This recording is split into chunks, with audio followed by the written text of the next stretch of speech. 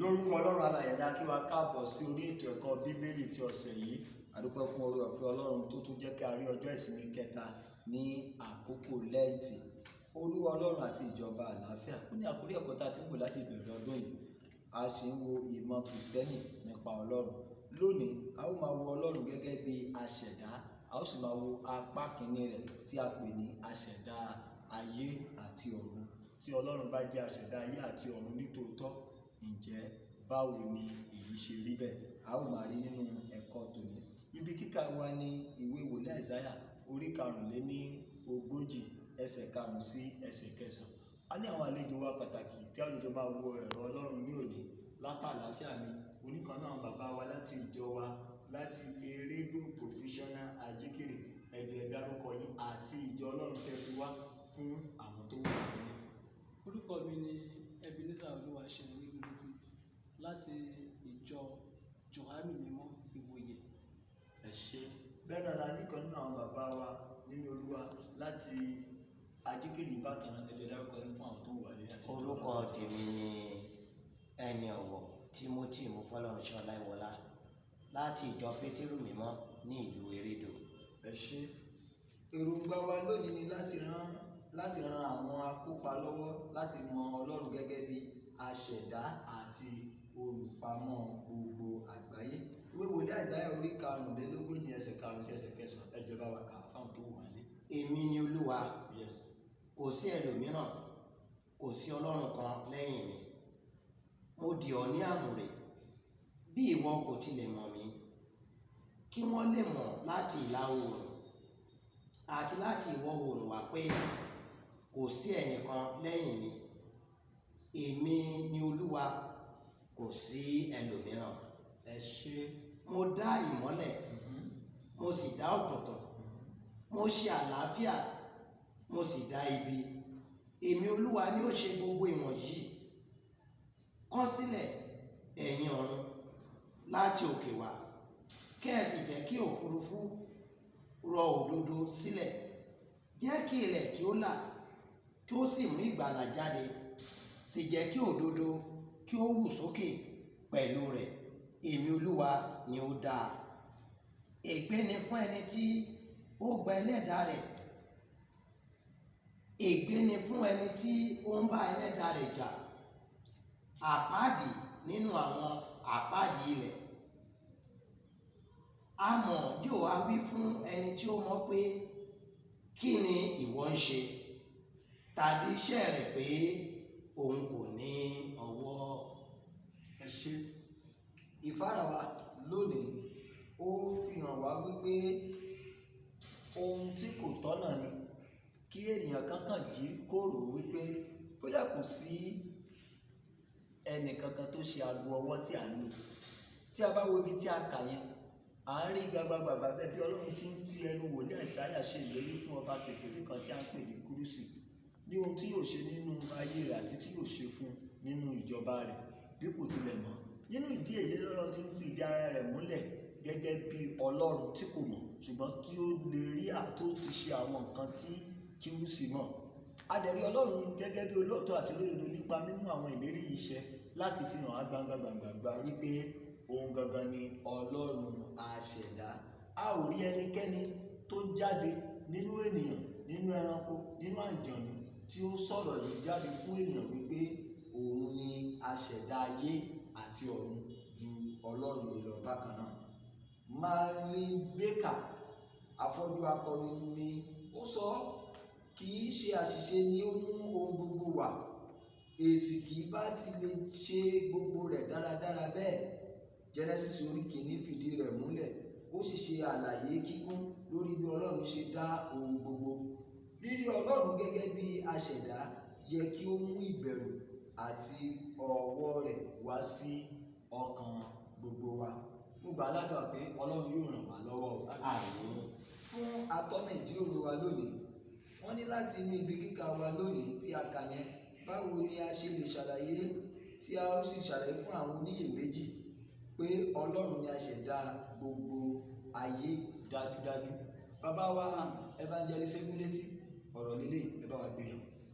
Ẹ ṣeun amójú ẹ̀rọ. gẹ́gẹ́ bí ènìyàn kò ṣeé ṣe kéèyàn kàn déédé rò wípé ayé kàn déédé jábọ́ sílẹ̀ láì ní ọwọ́ nǹkan kan nínú, àbí wípé òkè kàn déédé wà níbì kan láì ní ọwọ́ nǹkan kan nínú, àbí a kàn déédé rí oríṣiríṣi nǹkan tó wà nínú ayé yìí láì ní ọwọ́ nǹkan kan nínú. So ọwọ́ nǹkan kan tó ní nínú yẹn la gbọ́dọ̀ wò wípé ta ni irú ènìyàn yẹn gan. Tí a bá wo ibi tí a kà fún wa nínú ìwé wòlíì Àìsáyà orí 40 yẹn, ó sọ fún wa gẹ́gẹ́ bí ohun tí a nílò láti mọ̀ wípé òun gangan tóun dá nǹkan yìí, òun lélẹ́yìí, èyí tí ṣe Ọlọ́run. Ọlọ́run tí ó dá ìmọ́lẹ̀, òun náà ló dá òkùnkùn, òun ló dá òkè, ló dá ilẹ̀, ló dá ẹyẹ, ló dẹ̀ dá gbogbo ẹranko ojú ọ̀run, gbogbo ẹranko tó ń rákò nílẹ̀. Ó tún ní pé lẹ́yìn òun Ọlọ́run kò ti sí ẹlòmíràn mọ́. Tá a bá wo ìfáàrà tá a tún wò yẹn, a ó rí wípé bóyá ká wò wípé àwọn kọ́lékọ́lé wọn kàn lè kọ́kàn ṣàdédé kó sìmẹ́ǹtì àti blọ́ọ̀kù jọ kán dẹ̀ pàṣẹ tó yá ilé hù jáde. Àwọn èèyàn kan nílò láti ṣiṣẹ́ kí ilé tó di kíkọ́. So Ọlọ́run fúnra rẹ̀ ló dá ayé, òun gangan ló dá ohun gbogbo, ló dá ènìyàn, ló dá ohun gbogbo tó ń bẹ nínú rẹ̀. Olúwa ràn wá lọ́wọ́ lórúkọ Jésù. Àmín. Ẹ ṣé. Ìyẹn ni wípé ẹni tí a ń sọ̀rọ̀ nípa rẹ̀ yìí ti wà ní àtètèkọ́ṣe ká ti bẹ̀rẹ̀ kó dá ohun gbogbo àti ohun gbogbo tí a dá àtèyí tí a rí àtèyí tí a kò rí nínú rẹ̀ ni àgbédáhùn. Òun ló dẹ̀ ń fìdí ọ̀rọ̀ rẹ̀ múlẹ̀ lẹ́nu wòlíì Àìsáyà fún ọba Kíúsì tí kò tilẹ̀ mọ Ọlọ́run. Ìbéèrè mi kejì, ka àwọn ẹsẹ̀ ọ̀rọ̀ Ọlọ́run tó ṣáájú nínú ìgbàgbọ́ àpọ́stélì àti ti Nìkíà kí o sì ṣàlàyé àwọn ẹ̀rí tí ó fi Ọlọ́run hàn gẹ́gẹ́ bí aṣẹ̀dá. Tá bá wo ìgbàgbọ́ àpọ́stélì, ó ní mo gba Ọlọ́run bàbá Olódùmarè gbọ́, ẹlẹ́dàá ọ̀run ayé. Tá bá dẹ̀ wo ìgbàgbọ́ ti Nìkíà, ó ní a gba Ọlọ́run kan gbọ́, bàbá Olódùmarè, ẹlẹ́dàá ọ̀run ti ayé àti ohun gbogbo tí à ń rí àti èyí tí a kò rí. Torí náà, bàbá wa ní Olúwa, ẹ bá wa wo ẹsẹ̀ ọ̀rọ̀ wọ̀nyí. Kí ni ó ní ṣe pẹ̀lú àlàyé lórí ẹ̀rí pé Ọlọ́run gan-an ni aṣẹ̀dá ohun gbogbo? Ẹ ṣé olóòtú.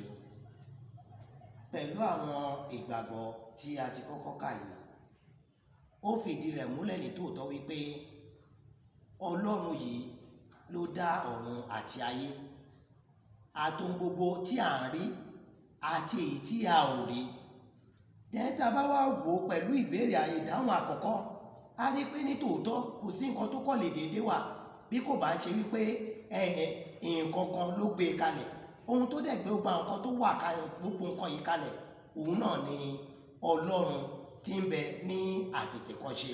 Ìgbàgbọ́ àpọ́stélì ó ní àgbà Ọlọ́run kan gbọ́, ẹlẹ́dàá ọ̀run àti ayé. Ó túmọ̀ sí pé nípa wíwá rẹ̀ ló fi dá ọ̀run àti ayé àtún gbogbo tí ń bẹ nínú rẹ̀. Ẹ ṣé. Ìbéèrè kẹta láti káàdì ètò ẹ̀kọ́ Bíbélì ti ọ̀sẹ̀ yìí. Jíròrò lórí bí ìmọ̀ Ọlọ́run gẹ́gẹ́ bí aṣẹ̀dá ṣe lè fún ìgbàgbọ́ wa lókun nínú ìṣẹ̀lẹ̀ tí ó ní ìpèníjà nínú. Bàbá wa Egunleti, kí lẹ rí sí ọ̀rọ̀ àwọn ẹsẹ̀ Ọlọ́run kan wà tí wọ́n ní ká kà ń bẹ̀ tí a lè ti kà? Ìwé Dáfídì orí 50 ẹsẹ̀ 1 ẹsẹ̀ 15, Àìsáyà orí 41 ẹsẹ̀ 18, orí 43 ẹsẹ̀ 19, Iṣẹ́ àwọn Àpọ́stélì orí 16. Kí ni ẹ lè rí sọ sí ohun tí ó fi Ọlọ́run gẹ́gẹ́ bí aṣẹ̀dá lé fún láti lè mú ìgbàgbọ́ àwọn ènìyàn kún àti wípé ní àkókò ìpèníjà kí lè rí sọ sí? Ní bá a ṣe mọ̀ wípé Ọlọ́run ni Ọlọ́run, nítòótọ́ ní àkókò ìgbà tí ìpèníjà bá dé, ọ̀pọ̀lọpọ̀ a fẹ́ sọ wípé a fẹ́ sẹ́ Ọlọ́run, ṣùgbọ́n a nílò láti ní ìmọ̀ wípé Ọlọ́run mọ ọ̀nà àbáyọ sí ìpèníjà èyíkéyìí tó wù kí a máa dojúkọ. Nínú ìwé wòlíì Àìsáyà orí 39 ẹsẹ̀ 22, ó ní èmi ò ṣí odò níbi gíga àti orísun láàrin àfonífojì. So ibi tóun ká lè máa dojúkọ ìpèníjà, ó ṣetán láti tán ìpèníjà wa níwọ̀n ìgbà tá a bá ti ní ìgbàgbọ́. Ẹ ṣe kókòrò tí ẹnikẹ́ni lè máa là kọjá tó yá ìròyìn ló gbọ́ láti ọ̀dọ̀ dókítà rẹ tó mú ìbànújẹ́ bá ọkàn rẹ nípa ìlera rẹ, ṣùgbọ́n tó o bá lè padà sọ́dọ̀ ẹlẹ́dàá rẹ, kò sóhun tó wù kó lè máa yọ ẹlẹ́rù tàbí kó lè máa ní ọ lára. Ẹni tó dáa òun ló mọ̀ ó lè tún ọ ṣe, ó dẹ̀ lè tún ọ mọ̀. Lẹ́ẹ̀kan sí ni a dúpẹ́ lọ́wọ́ àwọn bàbá wa fún àkókò tí ẹ fi sílẹ̀ láti wá darapọ̀ mọ́ lórí ètò ẹ̀kọ́ bíbélì ọ̀sẹ̀. Orí ọ̀fẹ́ Ọlọ́run àtàjíǹde ara yóò máa jẹ́ fún wọn. Àmín Jésù. Ọlọ́run ni ẹlẹ́dàá pátápátá, lẹ́yìn rẹ̀ kò sí ẹlòmíràn mọ́. Kì í sì ṣe pé ó jẹ́ ẹlẹ́dàá nìkan, ṣùgbọ́n òun ni olùpamọ́ gbogbo àgbáyé. Ó ṣe ni láàánú pé lónìí ọ̀pọ̀lọpọ̀ ni ó ń sin ohun tí a dá ju ẹlẹ́dàá fúnra rẹ̀ lọ. Ẹ jẹ́ kí a fara wa padà sọ́dọ̀ ẹlẹ́dàá wa, yóò sì dára fún wa. Fún ìrònú, bí kì í bá ṣe Ọlọ́run, ta wá ní adẹ́dàá tí a kò ṣẹ̀dá. Jọ̀wọ́ ronú lé ìṣòrí ẹsẹ̀ àkọ́sórí wa fún ọ̀sẹ̀ yìí. Ẹ jẹ́ ká jọ kà ó. Àìsáyà orí 40 ẹsẹ̀ 7. Mo dá ìmọ́lẹ̀, mo sì dá òkùnkùn, mo ṣe àlàáfíà, mo sì dá ibi. Èmi Olúwa ni ó ṣe gbogbo ìwọ̀nyí. Lórúkọ Ọlọ́run alààyè ni à ń dúpẹ́ lọ́wọ́ wa. Orúkọ mi ni Ọpẹ́ Olúwa.